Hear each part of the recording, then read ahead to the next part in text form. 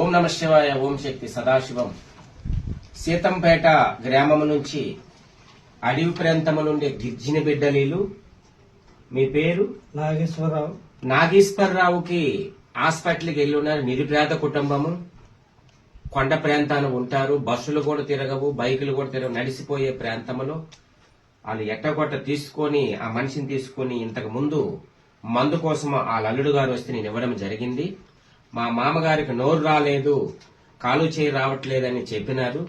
తర్వాత దానికి నేను మెడిసిన్ అనేది ఇచ్చినాను.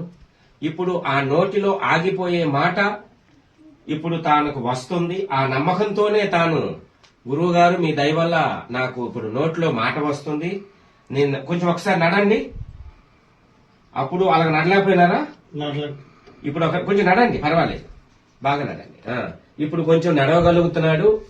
రెండవది మాట ఇప్పుడు మాట్లాడండి. ఇప్పుడు నోట్లో మాటలు వస్తున్నాయా? వస్తున్నాను. ఇంతకు ముందు నోట్లో మాట లేదు, నోటి మాట లేదు, కాళ్ళు రాలేదు. ఇప్పుడు నోటి మాట వస్తుంది, తన నోటితోనే చెప్పుతున్నాడు. కాళ్ళు అనేది కొంచెం కదిలికి వచ్చింది. మేము డబ్బుకి ధనముకు ఆశించకుండా నిరుపేద కుటుంబం అని చెప్పి మేము మందు ఇవ్వడం జరిగింది. తాను తన కుటుంబము అమ్మవారు ఒక ఆశీస్సులతో తనకు ఆ రోగము అమ్మ ఒక ఆశీస్సులతో తగ్గిపోవాలని, తన సంతోషంగా ఉండాలని నాకు తెలిసినది మా ఇంటి వైద్యం అనేది నేను కొంచెం మందు ఇప్పుడు ఇస్తాను.